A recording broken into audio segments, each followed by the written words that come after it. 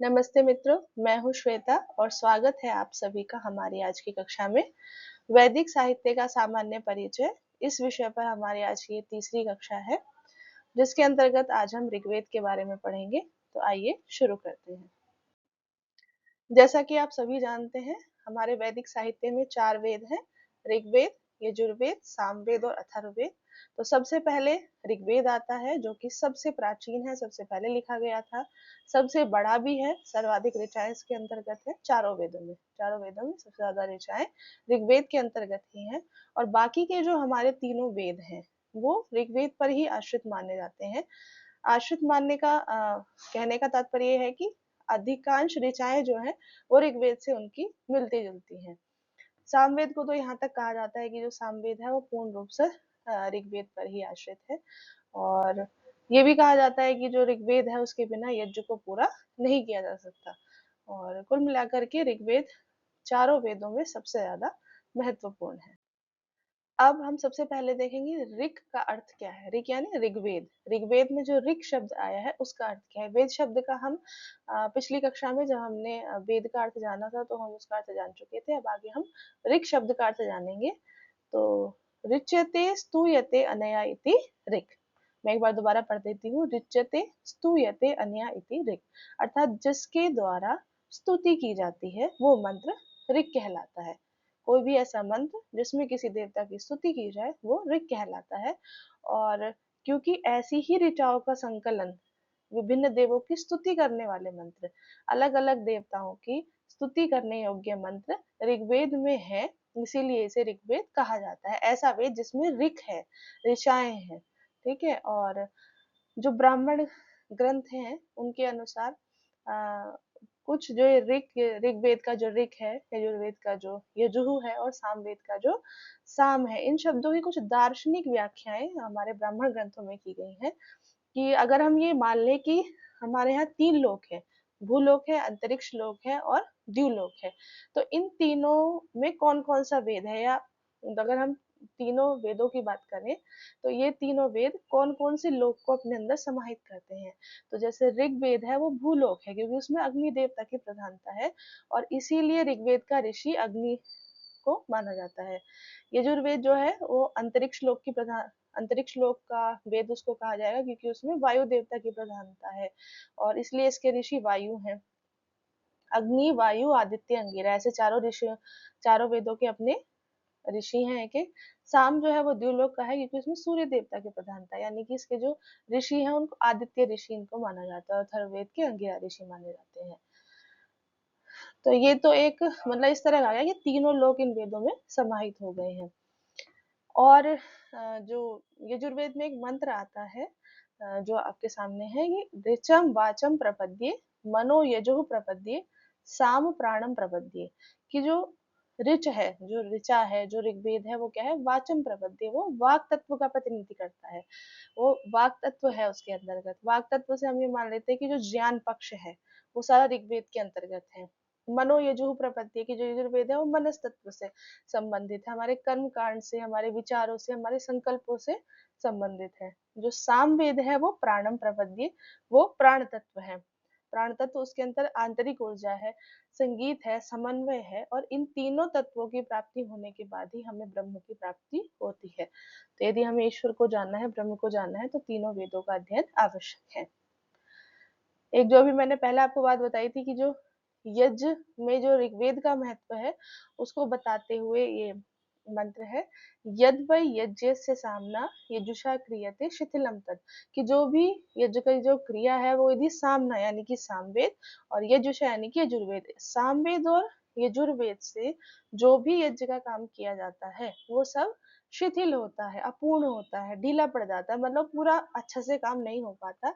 यद ऋचा तद्दृढ़म्, जो काम ऋग्वेद को साथ लेकर के किया जाता है यज्ञ का, वो एकदम काम पूर्ण हो जाता है, ऐसा तैत्तिरीय संहिता में कहा गया है। हमारा अगला टॉपिक है ऋग्वेद की शाखाएं।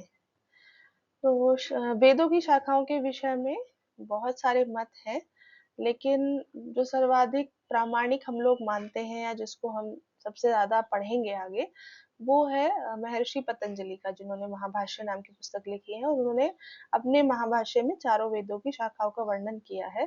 तो उनके समय में इतनी शाखाएं वेदों की प्रचलित थी।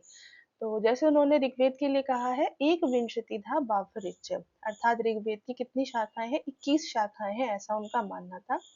लेकिन वर्तमान काल में सिर्फ 5 शाखाओं के ही नाम उपलब्ध होते हैं। एक हमारा ग्रंथ है चरण व्यूह। उस चरण व्यूह नामक ग्रंथ में ऋग्वेद की 5 शाखाओं के नाम, जो आपके सामने स्क्रीन पर है, ये उस पुस्तक के अंदर दिए गए हैं। हमारी शाखाएं हैं शाकल, बाष्कल, आश्वलायन, शांखायन, मांडुकायन। संप्रति जो हमारी शाखा प्रचलित है वो शाकल शाखा है, जिसको हम आजकल पढ़ते हैं। बाकी जो चारों शाखाएं हैं वो नाम शेष है। इसमें जो जो आश्वलायन है और शांखायन है, इनके कुछ सूत्र ग्रंथ मिलते हैं। बाकी जो शाखाएं हैं वो तो नाम शेष ही है। अब हमें एक चीज और देखनी है कि जैसे एक वेद है, उसके अपने कुछ संबंधित ग्रंथ होते हैं। आपने, अगर आपको ध्यान होगा तो इससे जो हमारी वेद का परिचय वाली जो कक्षा थी, उसके अंतर्गत हमने एक सारणी बनाई थी, जिसमें हमने प्रत्येक वेद से संबंधित उसके जो ग्रंथ थे उनको भी लिखा था, जो प्राप्त हैं और एक दो जो प्राप्त नहीं है उनके बारे में भी हमने जाना था। तो जैसे एक ऋग्वेद है, तो ऋग्वेद का अपना एक उपवेद होगा, उसके ब्राह्मण ग्रंथ होंगे, उसके आरण्यक ग्रंथ होंगे, और उसका सूत्र साहित्य होगा, जिसके अंतर्गत श्रौत सूत्र आते हैं, गृह्य सूत्र आते हैं, कल्प सूत्र आते हैं, धर्म सूत्र आते हैं। ये प्रत्येक वेद का अपना पूरा एक पैकेज है, जिसमें अगर हमें किसी को पढ़ना है तो उसको हमें पूरा पढ़ना होगा, ताकि हम उसकी जो सही अर्थ है उसको जान सके। अस्तु, अभी हमने देखा कि ऋग्वेद की शाखाएं, जो हमारा टॉपिक है, उसमें हमें सिर्फ इतना याद रखना है कि महर्षि पतंजलि ने एक विंशतिद्या बाह्वरिच्यम कहकर के ऋग्वेद की शाखाएं बताई हैं, जिनमें से सिर्फ 5 के नाम हमें चरण व्यूह में मिलते हैं। और आज हमारे सिर्फ एक ही शाखा उपलब्ध है, वो है शाकर शाखा, जिसको हम संप्रति ऋग्वेद के रूप में पढ़ते हैं। अब हम विभाजन पर बात करेंगे कि ऋग्वेद संहिता का विभाजन किस प्रकार से किया गया है। तो 2 प्रकार से विभाजन है, एक पढ़ने की सुविधा की दृष्टि से किया गया है और एक ऐतिहासिक विभाजन है। तो पहला है हमारा अष्टक क्रम। तो अष्टक क्रम में मतलब संपूर्ण ऋग्वेद को 8 अष्टकों में बांटा गया है। प्रत्येक अष्टक में 8 अध्याय हैं, यानी कि पूरे ऋग्वेद में 64 अध्याय हो गए। और फिर अध्यायों के अंतर्गत वर्ग हैं, जिनकी संख्या निश्चित नहीं है कि एक अध्याय में कितने वर्ग होंगे। किसी अध्याय में 25 है, किसी में 49 है, मतलब 25 से लेकर 49 के बीच में लगभग हर अध्याय में वर्गों की संख्या है। और एक वर्ग में लगभग 5 मंत्र तो प्रायः सभी में है। 5 से ज्यादा भी हो सकते हैं, कम कम नहीं है, लगभग 5 मंत्र प्रायः प्रत्येक वर्ग में देखने को मिलेंगे। हमें सिर्फ इतना याद रखना है कि जब अष्टक क्रम से ऋग्वेद का विभाजन हुआ, तो उसमें 8 अष्टक, 64 अध्याय, 2024 वर्ग और 10,552 मंत्र हैं। मंत्रों की संख्या दोनों में ही बराबर है। तो अगला है हमारा मंडल क्रम है, जिसमें ऋग्वेद में ऋषि और देवता के अनुसार 10 मंडलों में उसको विभक्त किया गया है। अब ऋषि और देवता के अनुसार कैसे, कि जैसे मान लो एक मंडल है, उसके अंतर्गत ऋषि, एक ऋषि और उनके परिवार से संबंधित, यानी जो एक ऋषि है उनके अपने वंशज भी हैं, तो उनसे संबंधित जो मंत्र है वो एक मंडल में कर दिए, या फिर देवताओं के हिसाब से कर दिया, इंद्र देवता के एक साथ कर दिया, अग्नि देवता के एक साथ मंत्र इकट्ठा करके लिख दिए, इस तरह से है। अब इसमें बालखिल्य सूक्त हैं कितने, 11। उन 11 सूक्तों में 80 मंत्र हैं, तो उन सबको मिला करके कुल संख्या बनी 10 मंडल, 85 अनुवाक, 1028 सूक्त और 10,552 मंत्र। अब आप ये सोच रहे होंगे कि बालखिल्य सूक्त क्या है। तो खिल का मतलब होता है जो परिशिष्ट है, या तो शेष रह गया है, या फिर प्रक्षिप्त उसको मान सकते हैं कि वो मुख्य जो हमारा ग्रंथ है वो उससे वो अलग है, या तो बाद में जोड़ा गया है, या किसी ने बीच में उसको प्रक्षिप्त कर दिया है। तो ऋग्वेद में ये 11 सूक्त हैं, बालखिल्य सूक्त, जिसके अंतर्गत 80 मंत्र हैं। उन सबको मिला करके हमारी आखिरी संख्या बनती है 10 मंडल, 85 अनुवाक, 1028 सूक्त और 10,552 मंत्र। अब ऋग्वेद के जो 10 जो मंडल हैं उनका थोड़ा सा परिचय हम प्राप्त कर लेते हैं। पहला और जो 10वां मंडल है उसको ऐसा माना जाता है कि इसको बाद में जोड़ा गया है। तो हमारा जो प्रथम और दशम मंडल है वो अर्वाचीन है। अर्वाचीन है मतलब जो बाकी मंडल है उनसे थोड़े से नए हैं। और प्रत्येक मंडल में 191 सूक्त हैं। और इस मंडल के जो ऋषि थे उनको शतर्चिनः कहा जाता है, और जो दशम मंडल के ऋषि हैं उनको शूद्र सूक्त एवं महासूक्त कहा जाता है। अब दूसरे से लेके सप्तम मंडल तक, द्वितीय मंडल से लेकर के सप्तम मंडल तक के जो ये मंडल है इनको वंश मंडल कहा जाता है। वंश मंडल से तात्पर्य है कि प्रत्येक मंडल किसी न किसी विशिष्ट ऋषि और उसके वंशजों से संबंधित है। द्वितीय मंडल के ऋषि हैं गृत्समद ऋषि, तृतीय मंडल के हैं विश्वामित्र ऋषि, चतुर्थ मंडल के हैं वामदेव ऋषि, पंचम मंडल के हैं अत्रि ऋषि, षष्ठ मंडल के हैं भरद्वाज ऋषि, सप्तम मंडल के हैं वशिष्ठ ऋषि, अष्टम मंडल के हैं कण्व एवं अंगिरस की वंशज। यानी जो कण्व ऋषि है और अंगिरस ऋषि है दोनों के मंत्र मिलाकर के एक ही मंडल में कर दिए गए हैं। नवम मंडल है उसके नवम मंडल जो है वो पवमान मंडल उसको कहा जाता है। तो पवमान होता है एक सोम। सोम प्राचीन समय में एक ऐसा पौधा था जिसका सेवन करना और जिसका यज्ञ में जिसकी आहुति देना एक मतलब बहुत ही महत्वपूर्ण उस समय की औषधि थी, पौधा था। और ये आप खुद ही समझ जाइए क्योंकि पूरा ऋग्वेद का एक मंडल ही उसी के नाम से है। तो जितने भी ऋग्वेद के मंत्र थे सोम से संबंधित वो सारे पवमान मंडल में रख दिए गए हैं। और प्रथम और दशम अभी हमने जैसे देखा कि वो बाद में जोड़े गए हैं। और इन्हीं 10 मंडलों को मिलाकर के ही ऋग्वेद को दशतई श्रुति ही कहा जाता है। श्रुति यानी कि वेद, दशतई मतलब इसके 10 मंडल हैं या 10 भेद हैं। अब इनमें से जो प्रथम मंडल है उसमें सर्वाधिक मंत्र है। 2006 मंत्र जो है हमारे प्रथम मंडल में है। और सबसे कम जो हमारे मंत्र हैं वो द्वितीय मंडल में है, 429 मंत्र। अगला हमारा टॉपिक है छंद विधान, अर्थात ऋग्वेद में किस प्रकार के छंदों का प्रयोग हुआ है। तो ऋग्वेद में कुल 20 छंदों का प्रयोग हुआ है। जो पूरे हमारे 10,000 जो मंत्र हैं 10,500 उनमें 20 तरह के छंदों का प्रयोग हुआ है। और केवल 7 छंद ऐसे हैं जो मुख्य रूप से प्रयुक्त हैं। तो वही 7 छंद है जिनको हम जानते भी हैं, गायत्री, उष्णिक, अनुष्टुप, बृहति, पंक्ति, त्रिष्टुप, जगति। गायत्री में 24 अक्षर हैं। 24 अक्षर मतलब अगर किसी मंत्र में 24 अक्षर हैं तो उसके वो मंत्र जो है वो गायत्री छंद का माना जाएगा। उष्णिक अगर है छंद तो उस मंत्र में 28 अक्षर होंगे।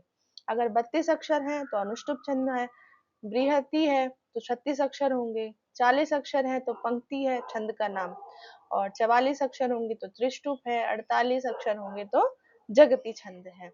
और जो पहले जो 4 हैं यानी कि गायत्री, उष्णिक, अनुष्टुप और बृहति, सर्वाधिक जो मंत्र संख्या है वो इन्हीं छंदों में है। गायत्री, उष्णिक, अनुष्टुप ज्यादातर मंत्र इन्हीं छंदों में लिखे गए हैं। सबसे ज्यादा लिखे गए हैं त्रिष्टुप में। त्रिष्टुप में जिसमें कि एक मंत्र में 44 अक्षर होते हैं। तो हमारे सर्वाधिक मंत्र 4,258 मंत्र जो है वो त्रिष्टुप छंद में लिखे गए हैं। तो इसमें हमें सिर्फ इतना ही याद रखना है कि जो ये 7 जो हमारे छंद हैं, और एक तो हम ये याद रख सकते हैं कि कौन से छंद में कितने अक्षर होते हैं। एक हम ये याद रखेंगे कि कितने छंदों का प्रयोग हुआ है, 20 छंदों का प्रयोग हुआ है। और एक ये है कि सर्वाधिक किस छंद का प्रयोग हुआ है, तो त्रिष्टुप का सर्वाधिक प्रयोग हुआ है जिसके 4,258 मंत्र हैं। अब हमारे छोटे छोटे 4 टॉपिक हैं। सबसे पहला हमारा मंत्र दृष्टा ऋषि। तो अभी हमने पिछली ही स्लाइड में पढ़ा कि जो प्रत्येक मंडल है उसका अपना एक ऋषि है, प्रत्येक मंत्र का अपना एक ऋषि होता है।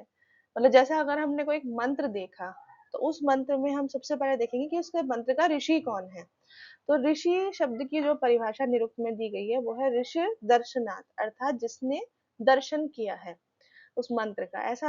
ऐसी मान्यता है कि जब सृष्टि का आरंभ हुआ तो कुछ जो विद्वान जो ऋषि थे जिन्होंने ध्यान किया, योग किया, तपस्या की, उनके अंतर्गत ज्ञान का आविर्भाव हुआ। उनके अंदर से कुछ बातें, कुछ ज्ञान, नॉलेज उनके अंदर आई जिसको उन्होंने मंत्रों के रूप में लिख दिया। तो जो ऋषि है उनको मंत्रों का रचनाकार नहीं माना जाता। रचनाकार मतलब उन्होंने वो मंत्र खुद नहीं लिखे हैं, ईश्वर ने उनके अंदर प्रेरणा की और उनकी उसी प्रेरणा को उन्होंने शब्दों के रूप में लिख दिया। तो इसीलिए जो ऋषि होते हैं वो मंत्रों के कर्ता नहीं माने जाते, मंत्रों की दृष्टा माने जाते हैं। वेद में सिर्फ ऋषि ही नहीं है, ऋषिकाएं भी हैं। ऋषिकाएं मतलब फीमेल ऋषि। आप समझदार हैं, समझते ही होंगे। ऋषि का 24 ऋषिकाएं हैं ऋग्वेद में, जिनका नाम मंत्रों के साथ आता है। तो हमने जब सबसे पहले एक मंत्र देखा, उसमें हमने उसका ऋषि देखा जिसने कि उसका दर्शन किया है, और फिर हमने देखा उसमें उसका देवता। देवता से मतलब होता है जिसकी भी उस मंत्र में स्तुति की गई है। यदि किसी मंत्र में अग्नि की स्तुति की गई है या किसी में वायु देवता की स्तुति की गई है, तो उस मंत्र का देवता वही बन जाता है, अग्नि ही देवता बन जाएगा उसका। तीसरी चीज हो गई उसका छंद, जो अभी हमने पढ़ा कि उसका गायत्री छंद है, अनुष्टुप छंद है, क्या है। और बाद में जब वेद लिखे गए, फिर ब्राह्मण ग्रंथ लिखे गए, तो जैसे जैसे यज्ञ संस्था का विकास होने लगा, यज्ञ होने लगे, तो मंत्रों को उनके विनियोग, मंत्रों का हम विनियोग भी देखने लगे, मतलब उसको हवन में, यज्ञ में किस कर्म के साथ उसको जोड़ा जाए। जैसे हम हवन करते हैं तो हम जो भी आहुति देते हैं या समिधा लगाते हैं, उसके साथ हम एक मंत्र बोलते हैं, तो वो उस मंत्र का विनियोग है, उसका कर्म है। तो एक मंत्र के साथ चार चीजें संबद्ध हो गई हैं, उसका ऋषि, उसका देवता, मंत्र का छंद और मंत्र का विनियोग। विनियोग तो बाद में आया जब यज्ञ संस्था का विकास हो गया, यज्ञ होने लगे। जैसे कि उदाहरण के तौर पर हम ऋग्वेद का जो प्रथम सूक्त का जो प्रथम मंत्र है, ओम अग्निमीडे पुरोहितम यज्ञस्य देवमृत्युजम होतारम रत्न धातमम, ये हमारा ऋग्वेद का प्रथम मंत्र है। तो जब हम इस मंत्र को देखेंगे तो उसमें ऊपर निर्देश किया होगा। अब इस मंत्र के ऋषि हैं मधुच्छंदा, वैश्वामित्र इसके ऋषि हैं, और इसका देवता है अग्नि और छंद है गायत्री। तो इसमें अग्निदेव की स्तुति की गई है और इसका गायत्री छंद है। इसमें 24 अक्षर है, आप बाद में गिनती भी देख सकते हैं, तो इसलिए इसका गायत्री छंद माना गया है। प्रथम सूक्त का प्रथम मंत्र है। अगला है हमारा देवता और उनके निवास स्थान। तो ऋग्वेद में जितने भी देवता हैं वो उनको परमात्मा के किसी न किसी आध्यात्मिक रूप से संबंध, उनको उनका संबंध बना दिया गया है कि वो मतलब परमात्मा का ही एक रूप है। जैसे सूर्य देवता है, अग्नि देवता है, जल देवता है, उनकी स्तुतियां की गई हैं। अब उनके साथ साथ उनके निवास स्थान भी ऋग्वेद में हमें देखने को मिलते हैं। तो देवता की परिभाषा हम पहले ही समझ चुके हैं कि जिन भी शक्तियों का, प्राकृतिक शक्तियों का की स्तुति जो है वो मंत्रों के अंतर्गत की गई है, वो सब देवता हैं। और वो तीन हमारे प्रमुख देवता हैं, पृथ्वी स्थानीय, अंतरिक्ष स्थानीय और द्यू स्थानीय। ये तीन मतलब पृथ्वी पर रहने वाले और अंतरिक्ष में रहने वाले और द्यूलोक में रहने वाले। तो पृथ्वी पर निवास करने वाले देवताओं में प्रमुख रूप से हैं हमारे अग्नि, बृहस्पति है, सोम है, पृथ्वी है, नदी है। अंतरिक्ष में प्रमुख रूप से रहते हैं वायु या फिर इंद्र देवता। और बाकी हैं अपाम नपात, मातरिश्वन, रुद्र। द्युस्थानीय जो देवता हैं उनमें सूर्य को प्रमुख माना गया है। अब कुछ देवता हैं जो युग में होते हैं, जोड़े में होते हैं, जैसे अश्विनों के बारे में आपने सुना होगा, अश्विनी कुमार जो है वो जोड़े में है। कुछ होते हैं जो भाव देवता होते हैं, भाव देवता जैसे मन्यु है, मन्यु कहते हैं जब हल्का गुस्सा आता है, तो उसको भी एक देवता के रूप में माना गया है। श्रद्धा को एक देवता के रूप में माना गया है। काम, काल, इस तरह से ये हमारे देवता हो गए जो भाव रूप में है। कुछ विशुद्ध स्त्री रूप में कुछ देवताओं की कल्पना की है, जैसे सरस्वती है, पृथ्वी है, रात्रि है, वाक है, और इड़ा है, इंद्राणी, अग्नाई, वरुणानी और पुरंधी। कुछ मतलब स्त्री रूप में भी देवताओं की कल्पना की गई है। इसमें हमें सिर्फ इतना याद रखना है कि जो पृथ्वी स्थानीय देवता है उनमें प्रमुख है अग्नि। तो कई बार इस तरह से प्रश्न आ जाता है कि जो पृथ्वी, चार ऑप्शन आ गए कि इनमें से पृथ्वी स्थानीय देवता कौन सा है। अंतरिक्ष स्थानीय देवता में हो गए वायु और इंद्र, और द्यू स्थानीय में हो गए सूर्य, आदित्य। इतना हमें सिर्फ याद रखना है। अगला हमारा टॉपिक है ऋचाओं का स्वरूप, मतलब ऋग्वेद में किस किस प्रकार की ऋचाएं दी हुई हैं और किस प्रकार के मंत्र उसमें दिए हुए हैं। ऋग्वेद में जो हमारे सूक्त हैं उनमें 3 प्रकार की ऋचाएं मिलती हैं, परोक्षकृत, परोक्षकृत, प्रत्यक्षकृत और आध्यात्मिक ऋचाएं। और निरुक्त में भी आचार्य यास्क ने दिया है, तास त्रिविधा ऋचः परोक्षकृतः प्रत्यक्षकृता आध्यात्मिक्यश्च। 3 प्रकार की हमारी ऋचाएं होंगी। तो परोक्षकृत वो ऋचाएं होती हैं जिनमें कि देवता का जो निर्देश है वो प्रथम पुरुष में रहता है, और देवता को सभी विभक्तियों में हम इनका प्रयोग कर सकते हैं। अग्नि मीडे पुरोहितम, इंद्रो दिव इंद्र ईशे पृथिव्यः, वो इतना महत्वपूर्ण नहीं है। हमें सिर्फ ये जानना है कि 3 प्रकार की ऋचाएं हैं। और ये जो निरुक्ति सूक्ति है, तास त्रिविधा ऋचः परोक्षकृतः प्रत्यक्षकृता आध्यात्मिक्यश्च, ये हमारी महत्वपूर्ण है, ये निरुक्त में आई है। और परोक्षकृत वो हो गई है जिनमें देवताओं का निर्देश प्रथम पुरुष में किया जाता है, और प्रत्यक्षकृत ऋचाओं में देवताओं को प्रत्यक्षतः संबोधित किया जाता है कि हे अग्नि, तुम हमारे लिए ऐसे करो या हमें ये प्रदान करो। आध्यात्मिक ऋचाओं में देवता क्या है, स्वयं अपनी बात कह रहे हैं। इसमें अहम शब्द का प्रयोग होता है। इसका सबसे अच्छा उदाहरण है वाक सूक्त। वाक सूक्त में जो ऋचाएं हैं उसमें जो वाणी है वो खुद को ही संबोधित करके कह रही है, अहम रुद्रेभिर वसुभिश्चरामि। ठीक है।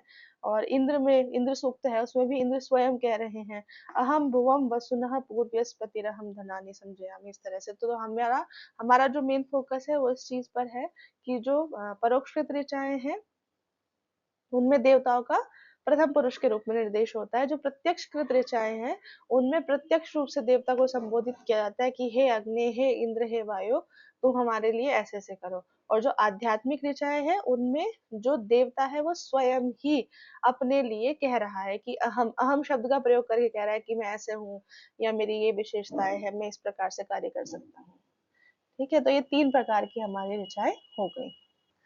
ऋग्वेद के समय में कैसा समाज था, कैसी संस्कृति थी, इस विषय को लेकर के बहुत लंबी चर्चा हो सकती है। हम कुछ मुख्य बिंदुओं पर ध्यान देंगे। उस समय ऐसा ऋग्वेद से जो ऋग्वेद का अध्ययन करने वाले हैं उन्होंने कुछ पॉइंट्स उसमें से निकाले हैं जिनमें हम मुख्य मुख्य बिंदु देखेंगे।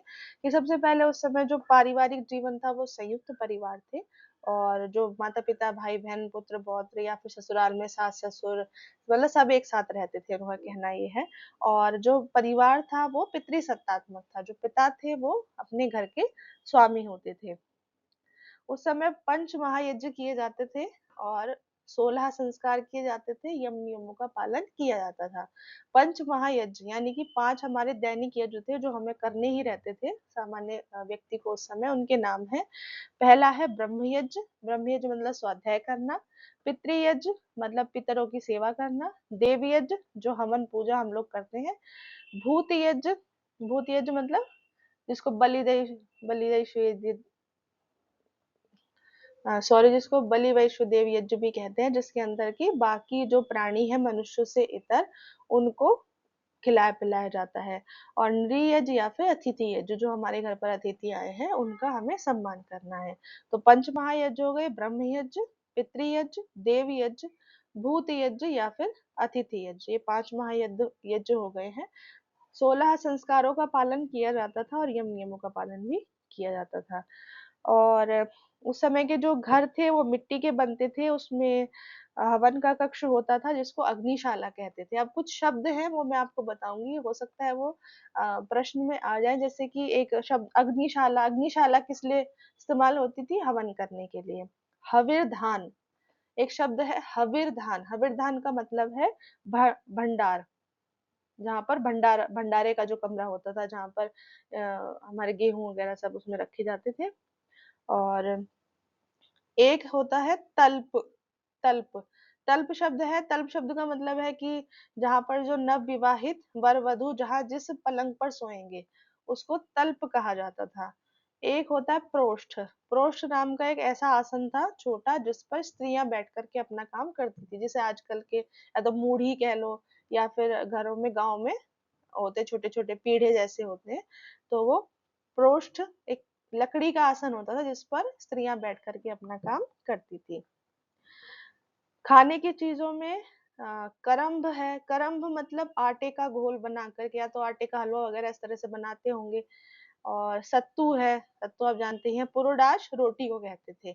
ये भी एक महत्वपूर्ण बात है कि ऋग्वेद कालीन ऋग्वेदिक समाज में रोटी को पुरोडाश कहा जाता था। सोम रस का प्रयोग होता ही था यज्ञों में भी, और दूध जो है वो प्रधान रूप से पिया जाता था।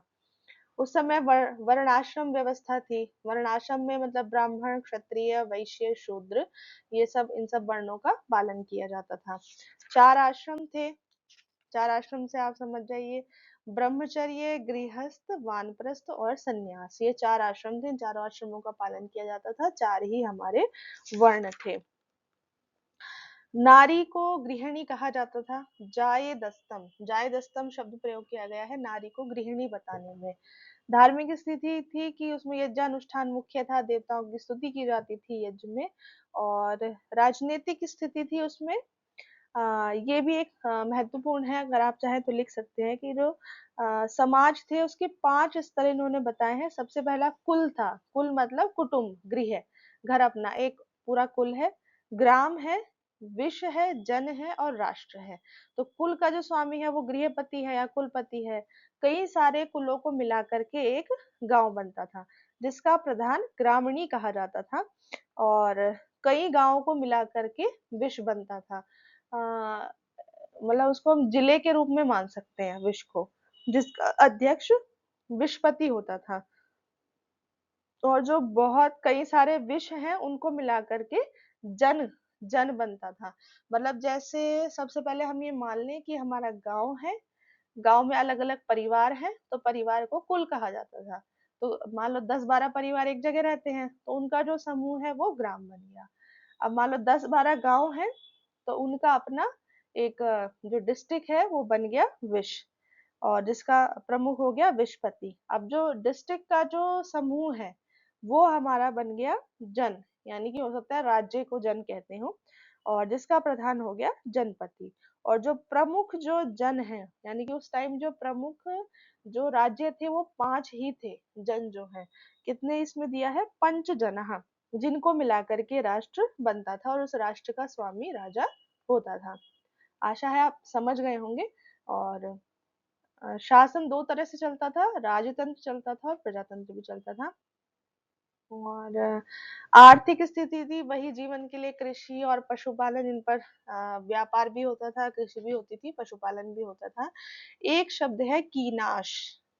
कीनाश, कीनाश का अर्थ है जो खेती करने वाला है, जो कृषक है, उसको ऋग्वेद में कीनाश शब्द से उसका उसको संबोधित किया गया है। और खेतों की सिंचाई की जाती थी। कृषि के साथ साथ व्यापार भी किया जाता था, मुख्य रूप से अन्न का व्यापार होता था। तो ये कुछ सामान्य जानकारी थी ऋग्वेद का जो समाज और संस्कृति है उसके बारे में। तो आज की कक्षा के लिए बस इतना ही। अभी ऋग्वेद का हमारा विषय बचा हुआ है, उसे हम अगली कक्षा में देखेंगे। और यदि आपको हमारी कक्षा से संबंधित कोई भी लिखित सामग्री चाहिए या नोट्स चाहिए तो आप मेरा टेलीग्राम जो चैनल है वो ज्वाइन कर सकते हैं, जिसका लिंक आपको वीडियो के डिस्क्रिप्शन में मिल जाएगा। हमारे टेलीग्राम चैनल पे आप जो चाहें वो पूछ भी सकते हैं, और जो इस वीडियो से संबंधित जो रिटन नोट्स हैं वो आपको मिल जाएंगे। और अगर कोई समस्या है तो आप कमेंट बॉक्स में लिख सकते हैं या फिर हमें टेलीग्राम पे मैसेज कर सकते हैं। तो धन्यवाद, मिलते हैं अगली कक्षा में।